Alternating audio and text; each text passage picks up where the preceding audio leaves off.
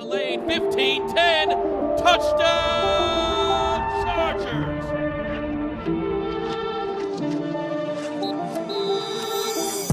What's up, guys? Welcome into a brand new episode of Chargers Weekly. As always, joined by Matt Buddy Smith. The Super Bowl is in the books. We'll talk about the Chiefs repeating as champs, obviously get into some draft stuff. But, Buddy, I figured we'd start with just the staff coming together. Jim Harbaugh is one thing, but to put together an elite staff is another, and he's certainly done that over the last couple of weeks.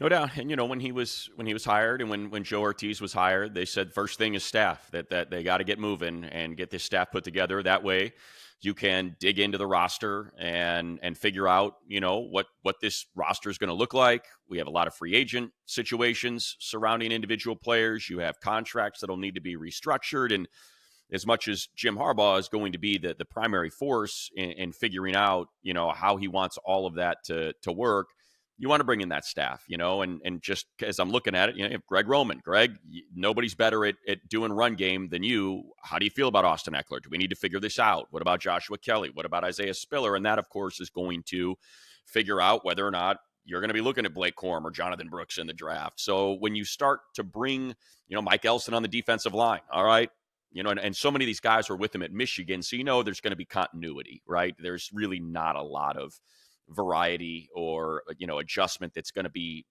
made. Greg Roman with them forever in San Francisco and Stanford. They bring in Marcus Brady as their passing game coordinator. Sanjay Lal, the wide receivers coach, who of course did an incredible job up in Seattle with DK Metcalf. And you think about how raw he was and what was thought and why he slipped, turning him into an all-pro.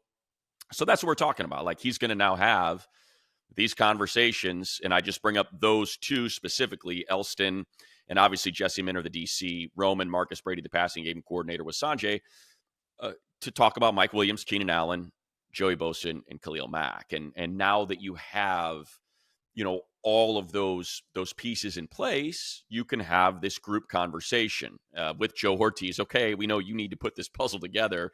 You've got to make the money work. You've got to make the contracts work. These are the draft picks we have. Here's the coaches. They're going to be coaching these guys up positionally. Where are we at? So that's why it's important. And I know a lot of the names probably aren't familiar to a lot of the folks listening or to the casual Chargers fans, but do some digging, do yourself a favor and dig around, because you're going to find out they put together one of the most impressive staffs of any team in the NFL. Yeah, they also had a Mark Trestman, a former head coach, to help on the offensive side. And I want to dig into Greg Roman a little bit, because historically, his offenses have been very run heavy. I think that's a good thing when you bring in somebody who's going to establish an identity of running the football, because one thing that the Chargers have not been able to do since Justin Herbert's been under center is run the football. I mean, they've been among the worst in the NFL. And I don't think Greg Roman has had a player quite like Justin Herbert. So, hold on, Chris. I'll hold you there. Andrew Luck. Think about how run dominant those Stanford teams were with Toby Gerhart. And there you go. I was talking NFL. I was talking NFL. Right. But yeah. But I mean, I want people to visualize that. Like, think about Andrew Luck should have won the Heisman Trophy. He didn't, because he went to Stanford, and Stanford just doesn't care. And so they didn't, push him like the other Power 5 schools push their football players. But go back and watch those Toby Gerhart, Andrew Luck teams to see Toby should have won the Heisman. That Toby is dominating on the ground. And then you've got Andrew Luck, who is the best quarterback in college football. So I think that's the first thing I thought of when we thought about fixing the run game and giving an elite quarterback, weapons and a run game to work with, and what that can look like.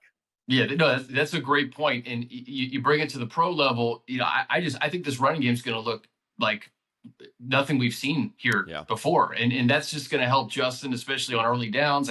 I do think having Greg Roman as the offensive coordinator is really going to just make Justin Herbert a better quarterback, someone who has more options and doesn't have to feel like he has to be Superman on every down. No? 100%. And, I think the other thing to recognize is, with everyone, as Mike Devlin comes in as the offensive line coach, and we could not be more excited about our old friend Nick Hardwick coming. He's someone who had the great pleasure of calling games with him and watching him analyze plays and then talk to him in between plays and when we're in break.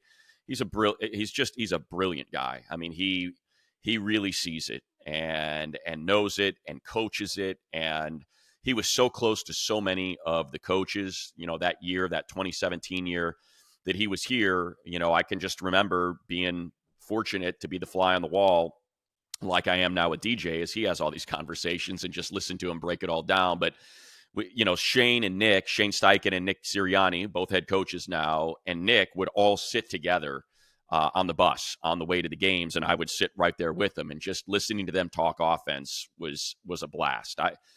Nick Hardwick's going to be a head coach in this league. I am 100% convinced of that. He is that good. He is that much of a motivator, of a communicator. And remember, this is someone that has a very unique background on his path to becoming, one of the best centers in the game. He didn't play high school football. He's a wrestler, and that's so important on the offensive line. We see that so often that, Powers Johnson, think about the number one center in the league or in the draft coming up. He's a wrestler, and so those are things that translate. There's a reason why Joe Tiller came and plucked Nick from the wrestling team and said, you're going to be an offensive lineman. And those are things that Nick can coach, and I keep moving my hands because, as someone who wrestled in the 70-pound and under Hammond City League back in the day when I was in 6th grade, nobody owned the 70 pounds and under league, like the weight class like I did. That's what it's all about. That's the thing that wrestling brings is hand strength, hand positioning, leverage. And that's why those wrestlers tend to do so well. So I think to bring that into what Devlin's done for years now with Baltimore and I bring that up because look, that's what this team's going to be. This team is going to be line specific, defensive line, offensive line. So when you're talking about Elston coming from Michigan to join Jesse Minter, so cool that his dad has been hired as well. That's got to be incredible for those two guys to be able to do this together with the Chargers at the professional level. And then when you go to the offensive line and you get Devlin, who obviously has an incredible, resume coming from Baltimore and how good they've been on the offensive line, to pair with Nick Hardwick, I just think those two specific position groups, talk about nailing your hires. I mean, this is going to be, and now I'm anxious to see what it looks like, how they're going to populate it, right? Like, what are these players going to be that end up coming in to form these two position groups as that's the foundation. What I love about what Jim Harbaugh's doing too is, I mean, you nailed it with Nick Hardwick about just his communication skills and his acumen. So you're bringing that in because he's that good, but also he's a Charger, right? Like, he's a Charger, and Jim, I think, recognizes that.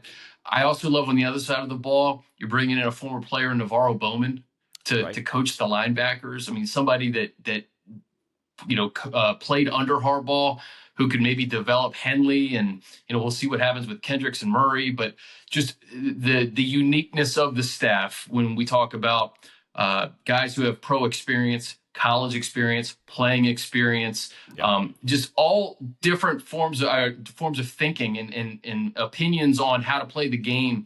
I just think it's a nice meld. No doubt. And look, that's what those Stanford teams were built on. That's what those San Francisco 49er teams were built on. And you bet your ass that's what the Michigan team was built on that just won the national championship. And remember, look, Michigan, they recruited incredible players. But they were not, Alabama, they were not Ohio State, they were not USC. When you looked at the recruiting rankings, they were typically somewhere between 10 and 15. They were not Georgia, Alabama, Ohio State. That is not what it looked like. So they develop players, just like Coach Harbaugh did at Stanford. I'm going to develop these guys into becoming NFL players, and that's what he did at Michigan. And you see it on both sides. I mean, look, if Chris Jenkins ends up in that second round and he's sitting there when the Chargers are picking, and we know we got to figure out the interior line.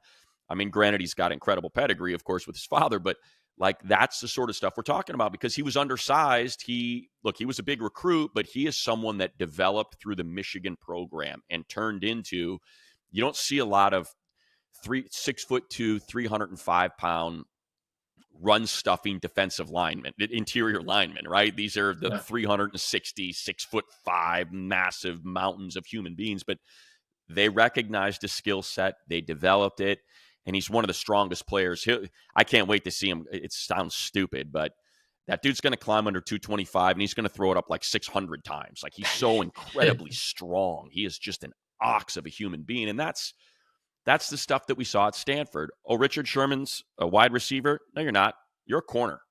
And that's the sort of thing that Jim Harbaugh and his staff have been so good at in developing, recognizing strengths, developing individuals to maximize their abilities and to realize their dreams and make it to the NFL and then become successful players, or make it to Division I college football, become successful players and win a national championship and then be able to move on to the NFL. And so many of those, and it's, look, a lot of, I just brought over a bunch of guys from Michigan. Yeah, look what they did. They took a bunch of 3-stars and turned them into the national champs, knocked off Alabama, and ended up, going to back-to-back playoffs and dominating Ohio State. When you look at the recruiting rankings, Ohio State laps the field, let alone Michigan, and they beat them 3 times in a row. So please bring me Klingscale, bring me Elston, bring me Jesse Minter, bring me Ben Herbert, bring me all those guys because of what they were able to do. Last or a week before the Rose Bowl, just another example of this, I interviewed Mason Graham, who went to Servite, interior defensive lineman from Michigan, and he's a sophomore. And you talk about developing players. I mean, he was most outstanding player of the Rose Bowl. Like, he dominated the end of that game to beat Alabama. And it's just another example of what you were saying. Like, you bring in these guys, they're not necessarily 5 stars, but you get the most out of them. And I look at the roster, and we've discussed, what does this mean for Quentin Johnson? You mentioned we have a wide receivers coach coming from Seattle who's developed DK Metcalf and worked with Lockett and Smith and Jigba. There's a lot of guys on this staff that I think can get the most out of the current players on the roster, which leads me to the draft and where we're going to go in terms of free agency. You mentioned Ortiz has a lot of decisions to make. But I just look at 5 overall, and I think as we get into February and approach the combine, there's going to be a lot of talk about the quarterbacks and a lot of talk about some of these wide receivers in the top 5. Who's willing to come up for a quarterback? Right now the names that are hot are Williams, Jaden Daniels, Drake May. Jim thinks J.J. McCarthy should be number 1 overall. Michael Penix, I think, impressing people at the Senior Bowl, just his interviews and, what he was able to do in his body of work at Washington. So, who's going to come up? Minnesota needs a quarterback. Atlanta needs a quarterback. Does Pittsburgh need a quarterback? Vegas does. Denver does. They're not going to trade with the Chargers. But I think it just goes to show that at number 5 overall, a quarterback may be on the board for a lot of teams, and maybe that leads the Chargers to get multiple picks in the first round, a future first, a couple extra picks in the second. I mean, there's a lot of possibilities at number 5 overall. Sure, and I think when you look into positional value, there are so many tackles in that people have projected as first-round level tackles. So if that's the path you're going to go, and not right now is the line season. We have entered it, and you're hearing about the Patriots may be interested in trading for Justin Fields or Russell Wilson or bringing in Kirk Cousins and drafting Marvin Harrison at number 3, which to me signals if you want Drake May or Jaden Daniels, we're open for business. There's some people saying that maybe Marvin Harrison isn't going to be the number 1 receiver, that Rome Odunze is starting to make some waves, and that they're hearing that any of these 3 receivers could go as the first receiver off the board, and now you're sitting at 5, and Marvin Harrison Jr. is there. There's so many things there's so many iterations of what the top 5 look like. But I bring up the tackles and the depth at corner. You think about the Chargers definitely need to draft a corner. And when you're talking Terry and Arnold, where can you get him? Can you trade back multiple times? If McCarthy is as impressive as Jim Harbaugh thinks he is, and it appears as though he is now that number 4 quarterback, that he has jumped Bo Nix, he has jumped Michael Penix, he's number 4. So many of these there's a reason why the mock drafts now have him firmly in the top 15. feels like people are impressed with him, and he is going to be a first-round talent. And once he gets to that point, now it's a race. Now it's a race to get McCarthy. If that many teams that are in that range, the Broncos, the Raiders, the Vikings, the Falcons, all of those teams now have to worry about the other jumping them to get their guy if they really, really like J.J. McCarthy and think he is a franchise quarterback. So that's where the trade down really could come into play. I do not believe for a second that Jaden Daniels, Drake May, or Caleb Williams are going to make it to 5. It's not going to happen. No, I cannot envision any world where 2 wide receivers or a wide receiver and an offensive lineman get taken at 3 and 4 to force one of those 3 down. Drake May's too good. Like they're trying to poo-poo. Drake May is getting dragged through the dirt right now. It's going to change once people stand next to him and they realize what he looks like. And when he gets to the combine and he shows off his athleticism, they're going to realize, okay, this is a franchise level quarterback that's worth taking a swing. And not to mention the interviews when you hear about what an incredible brain he's got, how his presence, the leadership, all of that stuff. Those guys are going to go 1, 2, 3. I firmly believe that. Whether or not it's picked in the order, Caleb's going first, and whether or not the Commanders take Jaden Daniels or Drake May and the Patriots take Jaden Daniels or Drake May, or perhaps that's the one where you could get a wrinkle. I could see maybe, let's just say the Patriots love Jaden Daniels and they're not crazy about Drake May and they know they have options outside of the draft. That's the one that I could see moving out of there if that's the way it breaks. And then who knows? That could end up being if Odunze is what Daniel Jeremiah thinks he is, Larry Fitzgerald, he's top 3 pick. And if Marvin Harrison Jr. is a wide receiver when it comes to size, speed, and production that we haven't seen in a long time, then okay, maybe they do catch a break.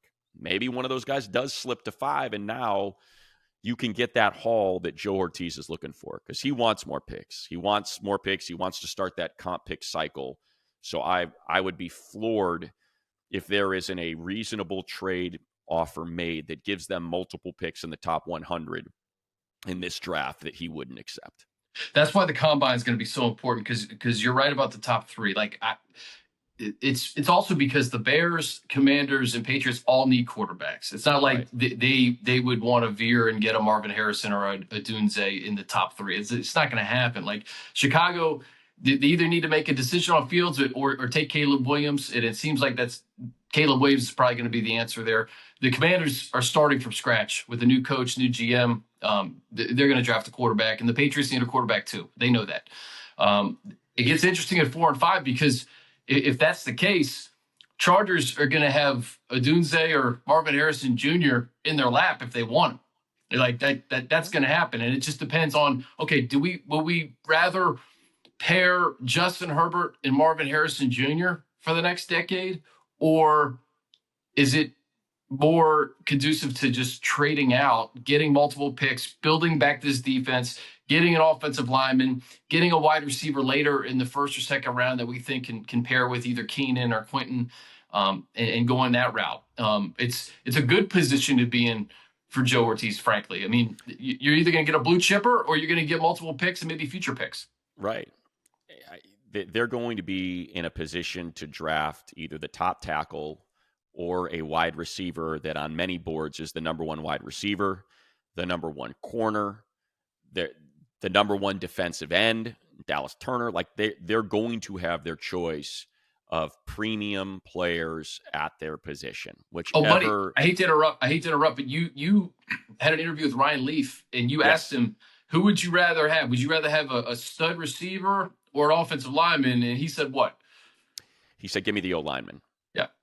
But remember, and I tend to agree with that. I think just the way that Jim Harbaugh wants to play, your lines have to be two of the best position groups on your team with the way they want to play. And we know the line they have right now at this moment has struggled to run block.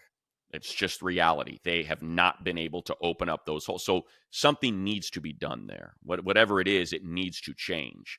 Maybe it's a center. Maybe it's an interior lineman that you can now get in the second and third round, and they feel like if we can just improve our interior line play, and we can make it work with the tackles, whether that's Trey Pipkins or kick Jamari back out there. We feel like we can make this work. So that's up to Devlin and Nick Hardwick to figure out how close are we with this group versus changing. And so as I'm looking at the PFF mock draft right now, which I love. We've done this before. It's great. Oh, yeah. Whether we get Dane on or who's coming on to talk about this. So pretty much in every one of the scenarios, that's what's in front of them. And so they do this great, the PFF mock draft does this great thing where they then have trades available, and it's the number of teams that are willing to make a trade for your pick. And you can go in and you can select the picks that you would want and how far back you would go. And it's really a fun exercise to kind of figure out, okay, how many different ways can this break and what would be available to them if X number of players are there. But I kind of strayed there because I was getting excited to kind of look at all of this. But what I'm getting at is I think if they're going to build it in the image of the people they've hired, what Ryan Leaf said and what Jim Harbaugh has said and what Joe Ortiz has said, I think we would be incredibly surprised if they did not build it through the offensive line. But you said it, Chris. The combine can change that when you see these players for the first time, when you're standing next to them, when they're in that room with you, when you're able to compare them. And I know it's just running drills, but you can see it when they're running next to each other. And hey, LMNO, Nabers, Odunze, they're going to be in the same group, and you're going to see them right next to each other alphabetically, numerically. Those guys are probably going to be right next to each other on the field in all of those drills, and you are going to be able to do an apples to apples comparison, and it's going to be fun.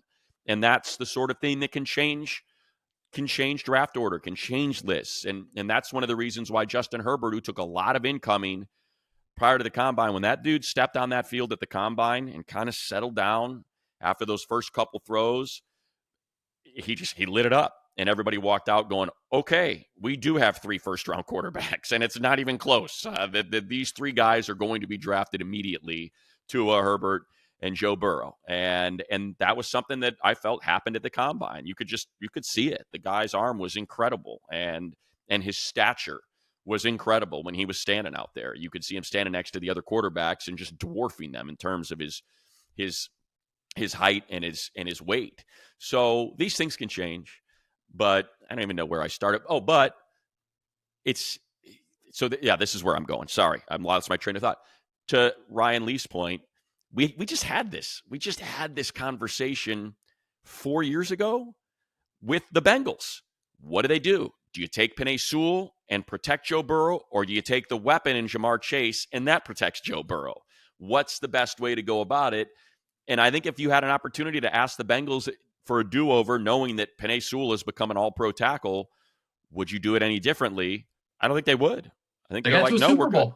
Yeah, they got to a Super Bowl. Yeah, we're good. We're good taking the weapon. So it's important to remember that this team, which had an abomination of an offensive line, had a chance to take an all-pro tackle, projected to be an all-pro tackle, and they opted to go playmaker, and it worked out. Yeah, I don't think there's a wrong answer. I mean, for the case of the Lions, right? They got their all-pro lockdown tackle and went to an NFC Championship game. They're all the way back now. They're Super Bowl contenders here, probably for the next few years and maybe beyond. One of the things that I think Michael Lombardi said about a month or two ago that stuck with me was, we see all these mock drafts in like late December, early January, and it's amazing how quickly they change once we get to the combine, because actually that's when NFL evaluators are actually doing the evaluations, and they hear things, and then some of the guys that you think are top 5 picks are really like top 15 picks, and some of the quarterbacks that you don't think are first rounders could be top 10 or top 12 picks based on some of the evaluations. And maybe that's something that we're seeing with JJ McCarthy. Maybe that's something that, like the medical for Michael Penix is going to be paramount at the combine. Bo Nix has a lot of starts under his belt in college football. Is that enough for a team to say, hey, I think that this guy could be a starting quarterback in the NFL? So, like, I bring this point to the AFC West and the Broncos and the Raiders. Like, I feel like one of those teams, or maybe both of those teams, are going to try to trade up. Now, especially in past years, I think we've seen like teams within their own division make trades with each other, which is very rare. Like, I think the Giants and Eagles were making trades and stuff.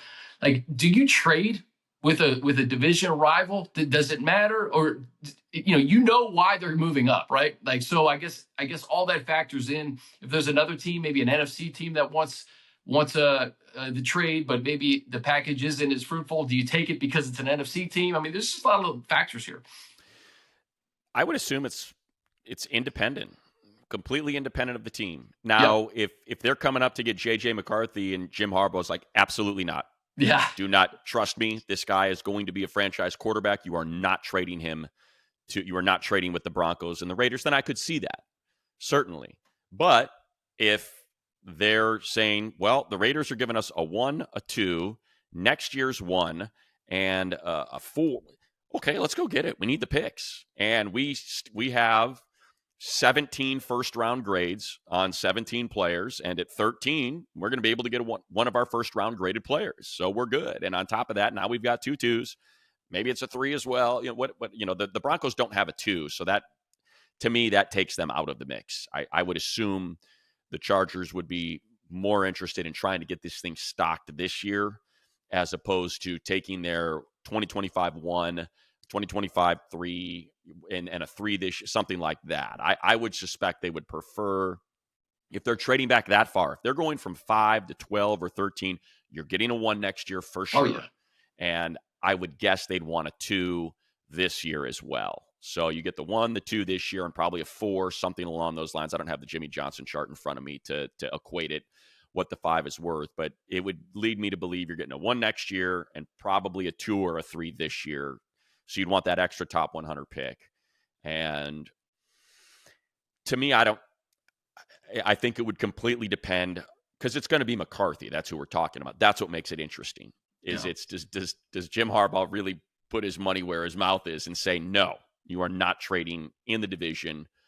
And to me, if that's the case, if the 2 teams are willing to come up to get him, then you're probably going to have a similar evaluation from the Vikings and the Falcons and the Giants and those other teams that very well could be looking as well.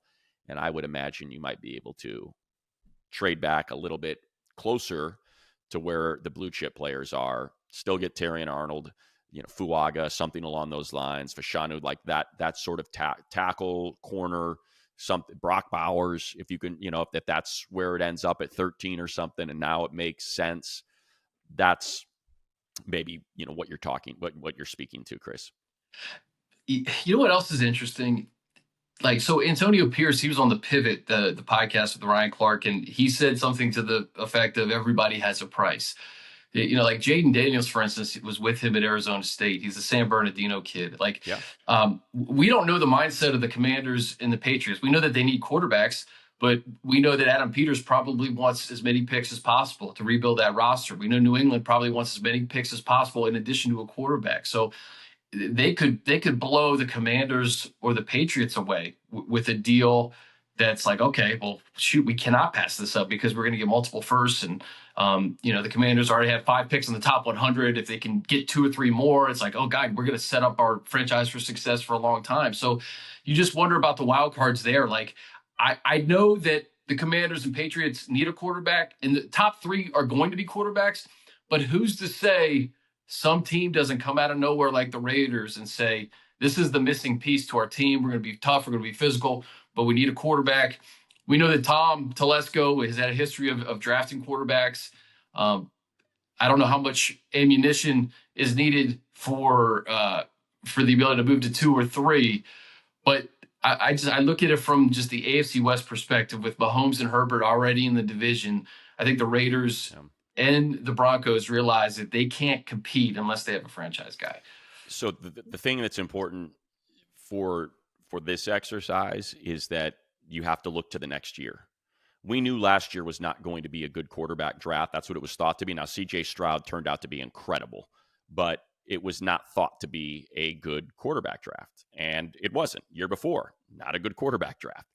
Everybody pointed to this year. This year is going to be a good, you can get your elite Caleb Williams, Drake May. Now, Jaden Daniels worked himself into that conversation with what he did this past season. He wasn't thought to be in that conversation. It was May, Williams, and then there was a gap. But everybody felt good about Bo Nix, about Penix with the medical, if it checked out okay, about J.J. McCarthy. Those guys were already being mentioned as, okay, let's see how this season goes for them, because they could work their way. I am not hearing any of that for next year. So that's the trick, is if you are sitting there at number 2 and you're staring at Drake May and Jaden Daniels, 3 at Drake May or Jaden Daniels, I think you're probably going to stick and pick. Now with Jaden, and I talked to one of his former coaches during the season, and he said, Combine's going to be interesting because people are going to stand next to him and they're going to be like, whoa, he is a string bean.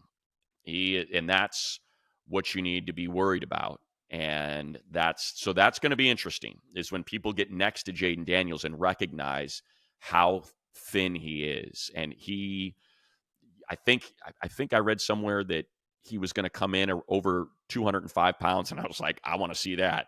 That'll be interesting, because I don't know how that's going to get put together. So that's something that can change. It can change things. But to me, he's incredible. Go back and watch Jaden Daniels highlights, and it's something to watch. And remember, he took a beating in the SEC, so that's where it balances out. He's thin. That's a little bit of a concern, but he was not afraid to run. He was not afraid to take on contact, and he bounced right back up after getting absolutely blown off the frame because some giant SEC defender was the one making the tackle. So that's the reason why I'd be very, very surprised if those 3 teams did not draft quarterbacks. It just makes these guys are too good. They are way too good and too promising of prospects to not want to take one of them. Yeah, if you have conviction, you got to take. I mean, they brought in Cliff Kingsbury for a reason, right? Right. He has a relationship with Caleb Williams. I think Jaden Daniels would be able to run his system to a T. I think he has a connection to Drake May too. So it's like all 3 of those guys. If you draft one of them, that could be your franchise guy.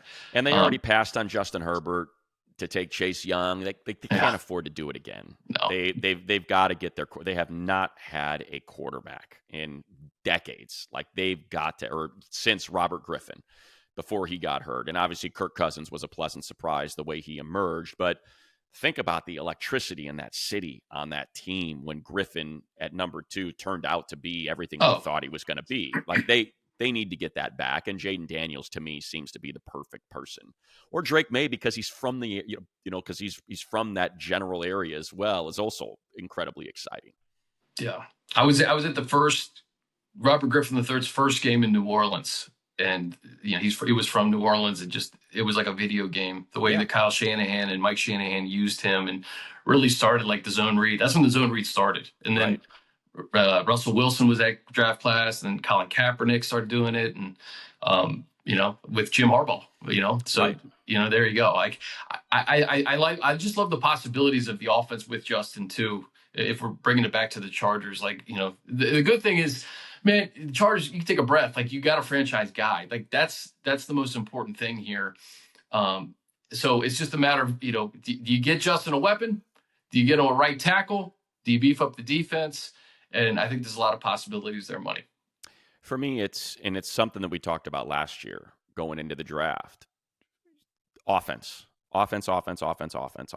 Because you've got to make sure you continue to support, develop. And yes, Herbert's still developing. He's young. He's 25, 26. Like, there's still room to grow. You've got to do everything you and here's the other thing.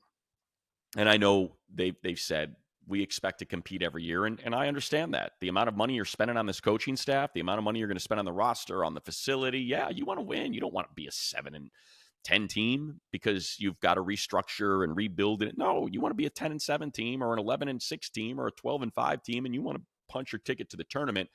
But to me, I've got this new head coach. I've got all this excitement.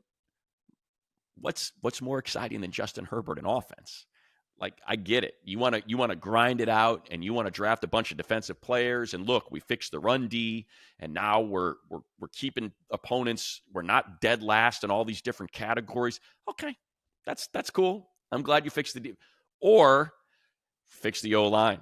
Justin Herbert's back to throwing for 4,700 yards and 35 touchdowns, and we've got these explosive playmakers. And check out this new running back we got in the second round. And you know what I mean? Like, what's going to move the needle? What's going to get people excited more? And I know you don't do it for the fans, but I'm simply saying, if presented with two options, it's not even the scales tip so heavily in favor of the offense because of what it means to the brand, what it means to your superstar, what it means to the fans that want to believe, okay, here we go. Justin Herbert is going to have the same offensive system now because the head coach is offensive minded, and we're not going to lose offensive coordinators, and finally some continuity for, like, that's the thing about people taking shots at Herbert. And why is he not? Is Jordan Love now surpassing Justin Herbert? Jordan Love had a great season, no doubt about it. He did. He's been sitting and watching for 4 years, and it's the same system. It's Matt LaFleur who's calling the plays. Patrick Mahomes has had Andy Reid his entire career, and he had an opportunity to sit for a year and watch and learn from Alex Smith. Like, it hasn't changed. It's just the two of them doing the exact same thing for 6 years. So it should look like that. Joe Burrow, Zach Taylor have been doing the same, and Brian Callahan the exact same thing for 4 years. So you finally are going to get this continuity for Herbert. And to me, I would want to do everything, whatever the approach is. If it's tackle in the first round, center in the second round, tight end in the third round, that's fine. If you want to just fix the line and you feel like with Quentin and Josh Palmer and Keenan Allen, you got enough, to me, that's enough. I'm fine with that. If those are the receivers you're going into the season with, and you can get those three and then maybe find somebody with some serious speed in the third or the fourth, something like that you can develop, great. That's, like, to me, that works. Totally works. And that's probably, as opposed to, you need a corner, you need interior linemen, Terry and Arnold in the one, Chris Jenkins in the second round. Like, okay, I get it too, but that doesn't get me as excited. Now, I would love it because God knows we haven't drafted a corner since I've been here. They have not drafted a corner in the top 2-3 rounds. Actually, second round for Asante. Asante in the second round was the only one. Like, and then, was Verrett, it was Tom's first pick was Verrett, right? Like, yeah, 10 years ago. Yeah. You need every single draft. Like, if I were running a draft, every single draft, I am taking a corner and an offensive lineman with my first 3 picks. First 3 picks. One of those 3, I am taking an offensive lineman or a corner. You have to. They're so expensive. They're so hard to find. They're so important. Like, that's something that I would like to see moving forward, is you've got to make sure those positions are constantly stacked because they're just so darn important in the NFL right now. Yeah. I'm confident. Just let Joe do his thing, right? 100%. He's seen it. He's done it. He's got a lot to work with, and whatever he decides to do with that 5th pick, I think will be obviously in the best interest of the Chargers. So let Joe cook, right? We should get that on a T-shirt.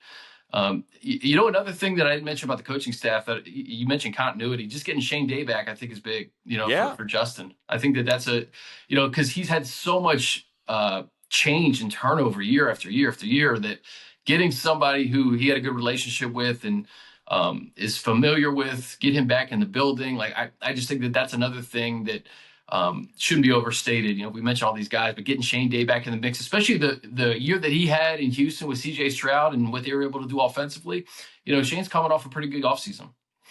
He and Justin, thick as thieves, loved each other. We'd see them together all the time. I love Shane because he's a flip-flops guy. And maybe he and I together can lobby Coach and say, listen, flip-flops on the plane, just asking. Okay. There was only one line, Brandon Staley's travel itinerary, when it came to what you could and couldn't wear. That was it. One. No flip-flops.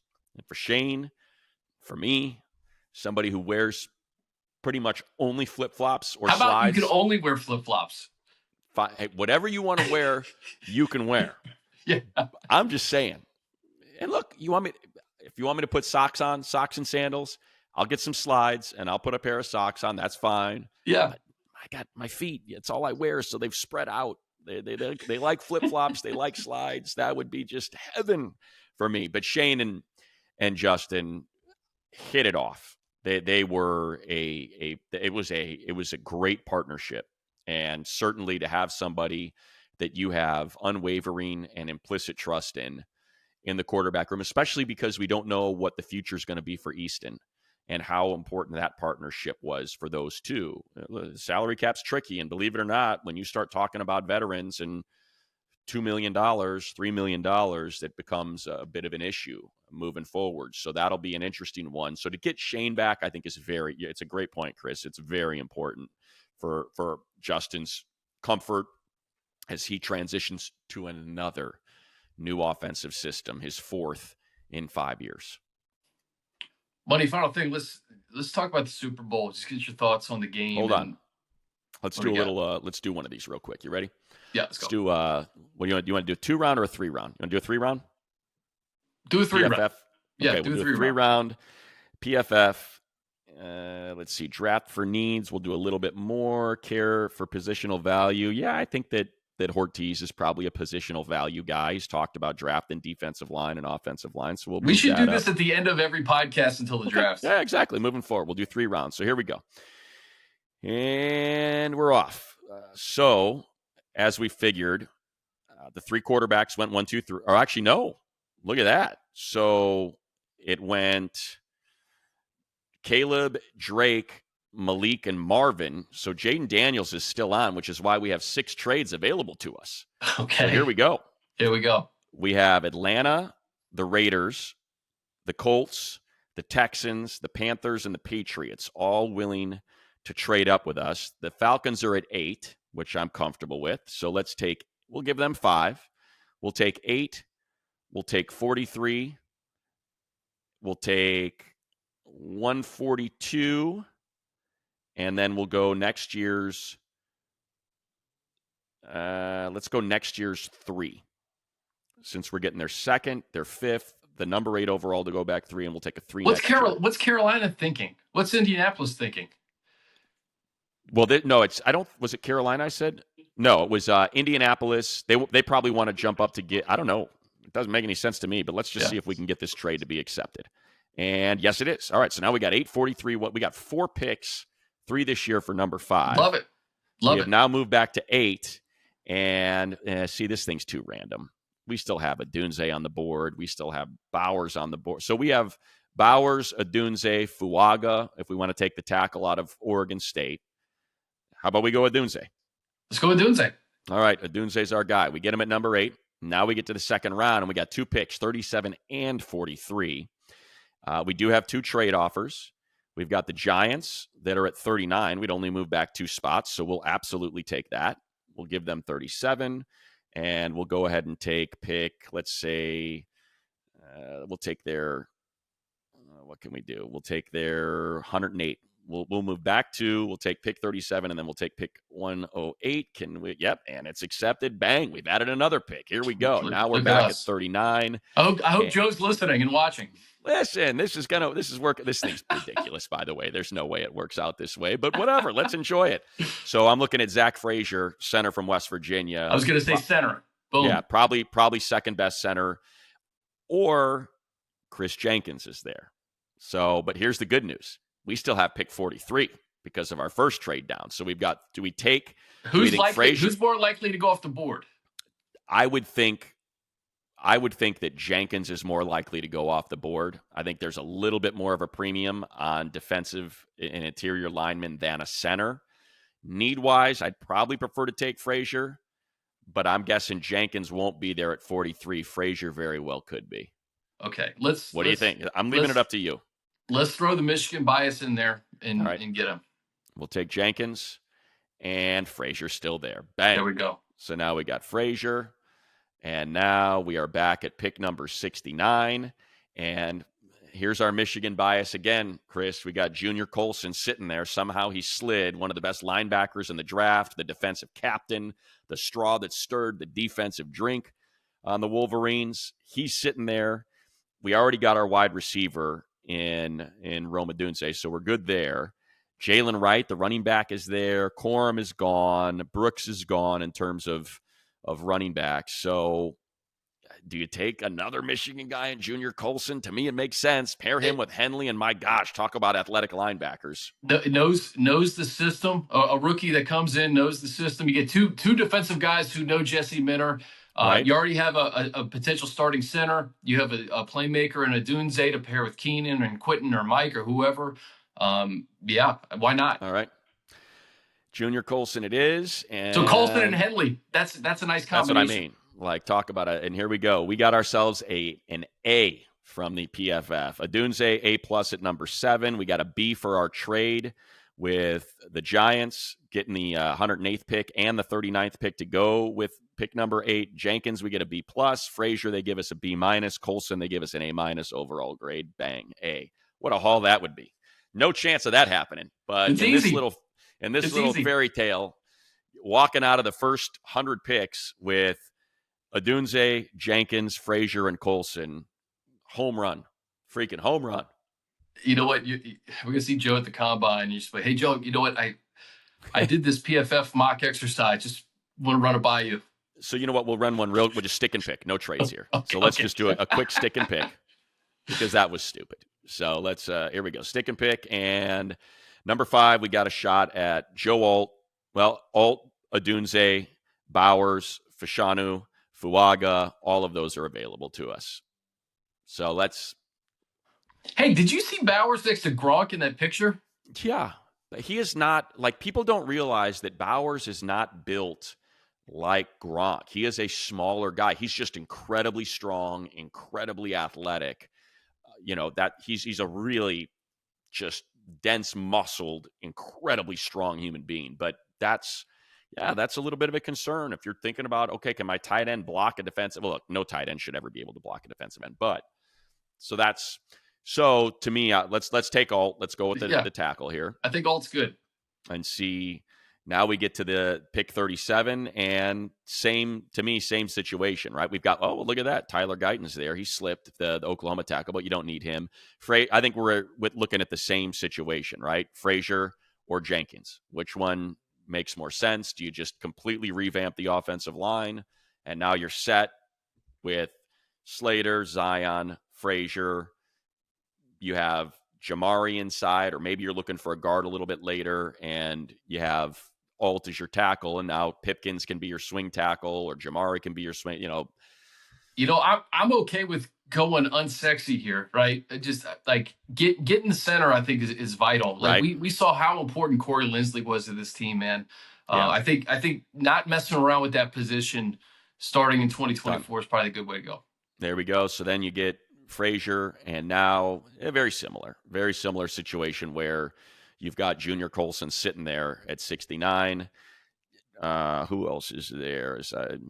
You know what? I do like Jalen McMillan, the wide receiver out of Washington. Brennan Rice, the explosive receiver out of SC. So there's Austin Booker, the edge out of Kansas.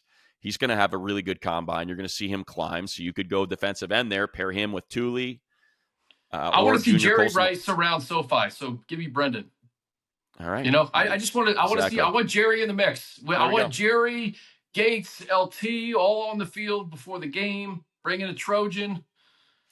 B-. We got a B+ for the Joe Alt pick, a C-. They don't like Frazier. I don't know if that's because of the medical, but by all accounts, it sounds like he's already over the broken leg. So I don't know why that's getting such a bad a grade there. C-, and then B+ for Brennan. So yeah, there we go. We'll take it. It's a blast. It is an absolute blast doing this. It's hilarious. I ended up wasting like 45 minutes before the pod this morning screwing around. Reply in the comments if you think me and Money should have a role in personnel in 2024 and beyond. Let us know what you think of our picks. Just a couple minutes on the Super Bowl. Like Mahomes did it again. Yeah. Kelsey did it again. They're running everybody back. But I love it. I think that this is going to be a division where everybody's just going to crown the Chiefs, and deservedly so. And it's just going to be must-see football with Peyton, Harbaugh, and Reed in the division, man. So I want to make sure I frame this the right way.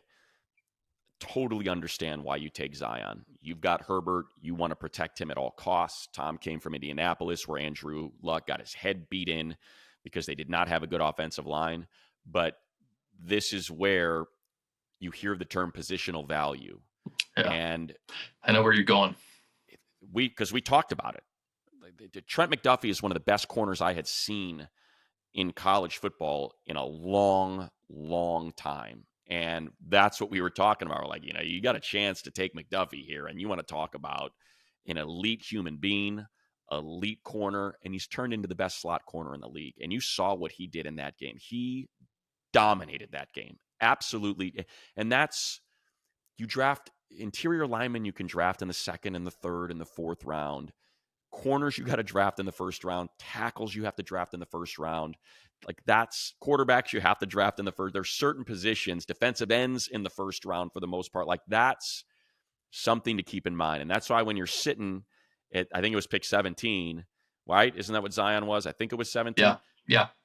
And you see, from what I understand, that's what the big debate was. Do we take the corner? Do we take the number one guard, or do we take this corner that's slid because there's some size concerns? Will he be able to play outside? Listen, he can play wherever the hell he wants. That guy tackles.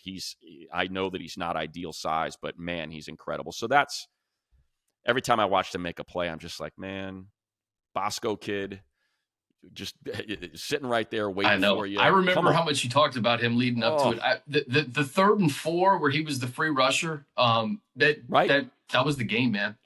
That's the game. Spagnuolo, he doesn't get enough credit for what he does, especially in crunch time and what he was able to do to the Niners in that game. But you're right, man. Seeing McDuffie, you're envious of a player like that, and you hate that you have to face him twice a year in the division. 100%. 100%. And I think that game also was a reminder of execution. The Chiefs were gettable all year. They just execute at such a premium compared to other teams. That's how they win these games. Their execution is they're never going to let you pull away. Whether they're trading punches with you offensively or their defense is trading punches, and that's what that game was. It was the defense playing against two elite defenses going head-to-head and just giving Mahomes an opportunity. And that's something that I would love to see develop, where we saw many an occasion where either the offense gave the defense an opportunity or the defense gave the Chargers offense an opportunity, and they weren't able to take advantage of it. And that's what the Chiefs did. They were getting just destroyed. Like, their offense was doing nothing. They had nothing going on, but the defense was able to keep them in it, creating a turnover, holding them to field goals. And then here we go. Here's our bit of Chiefs luck, like we always get, because to some degree you make your own luck because you keep the game close. And here's the muff punt. Bounces off somebody's leg, next play, touchdown. Now our offense is back in sync, and we're getting back after this. And that's my takeaway, is just execution is going to be so important, and you saw that in this game. Elite defense, elite offense, being able to take advantage of opportunity. It was the best defense that Patrick Mahomes has had since he became a Kansas City Chief. He's going to have it next year too. He will. And it also just reminds me too that if you have a quarterback, you always have a chance. And when you have an elite quarterback, you're always going to be in games. And that's why I think Chargers fans should be encouraged that Justin Herbert's under center, and hopefully with the coaching of Jim Harbaugh and the staff and just having the complementary pieces around him, we'll start to see that luck kind of change in the favor of the Chargers here over the next couple of years. But yeah, like what Mahomes can do when it counts. I mean, listen, Steve Wilkes got fired, and he shut them down for a majority of the game. You know, it's weird. It was odd, right? Right. It was a bit odd, but I think when you looked at the close of the season, the two playoff games, their run defense was not great. And they had that game in Minnesota too, where they did it like a zero blitz, and he moved down from the But at the same time, the only reason you make that move is because there's somebody else out there that you like more, to me. So I'll be interested to see who he hires, because that's why would you get rid of a guy that held Patrick Mahomes to 19 points and you couldn't beat him? You tell me that's I'm trying to think of what did Gus used to say. Gus used to say I remember he used to say, hey, with this guy, and this is when they had Tyreek Hill, remember? So he used to say, as far as I'm concerned, 7.25. If we can hold him to 7.25, we got a shot. And that's when the offense was playing at a high level, and he's like, we're going to have to beat the Chiefs 29-28, 31-28. That's just reality. That's how high octane this offense is. And you go into a game and you say to your defensive coordinator, can you hold them to less than 3 touchdowns? And he says, yes, I can. Give me that guy all day. I'll take that guy all day long. Less than 3 touchdowns in regulation, and you should have won. Yeah. Well, the Chiefs, they found something with a lot of the key pieces that they got on defense, and then they rode that defense a lot this year. You didn't have that vertical passing game, and you had a lot of so much was made about the drops from the wide receivers, and when it counted, McCall Hardman makes the game-winning play in the Super Bowl. But I do think that outside of Mahomes, man, you tip your hat to Steve Spagnuolo and that defense, and the Chargers are going to have to face them twice a year. They're pretty good. No doubt. And they're not going anywhere. Chris Jones will be back. They'll re-sign him. Karlaftis is on a rookie deal. Dana, Pennell, those guys, they've drafted so well. You go to the next level, they're linebackers. Nick Bolton, Willie Gay. We know our old friend Drew Tranquil. Maybe bring him back as a free agent. Say, sorry about that. Wasn't us. It was a previous coaching regime. Love to have you back. Obviously, the secondary with Snead and McDuffie. Like, they're incredible. Reed played at a very high level, signed as a free agent. So that's a load. And Spagnuolo's an incredible coordinator and calls a heck of a game. So it's going to be tough to knock him off, but I got faith. I got faith in this coaching staff and the way they're going to rebuild this and the players they're going to keep around to figure out a way. Yep. Well, guys, we're going to be at the Combine in a couple of weeks, and we're going to have a bunch of episodes for you, just a ton of interviews. So maybe next week we do a Q&A, get some fan questions, talk about the draft, talk about the coaching staff, and anything that may come up ahead of the Combine, answer some questions, and then get to Indy. For sure. Looking forward to it. It's going to be a lot. It's the best time, man. It's so much fun right now with just team building, restocking, reshaping, all the stuff now that they have their staff that's going to come into play over the next 2 months is going to be very exciting, and we're going to be all over it for the next every single week. And like you said, when we go to the Combine a week from today, we're doing this on Thursday the 15th, so we'll go a week from Monday is when we'll head out, and we'll be there Monday through Friday, talking to all our old friends, some new friends, obviously the pressers with Coach Harbaugh and General Manager Joe Ortiz, and hopefully we'll get both of them on if we can, get a little window there and knock it out. So be sure to pay attention, because that week it's going to be more than just a single pod. There's going to be a lot that we're going to throw your way. Chargers Weekly is Chargers Week Daily. Long. Chargers Week Long is what we're going to call it during the Combine. There you go. Exactly. All right, guys. For Buddy, I'm Chris. This has been Chargers Weekly. We'll see you next week.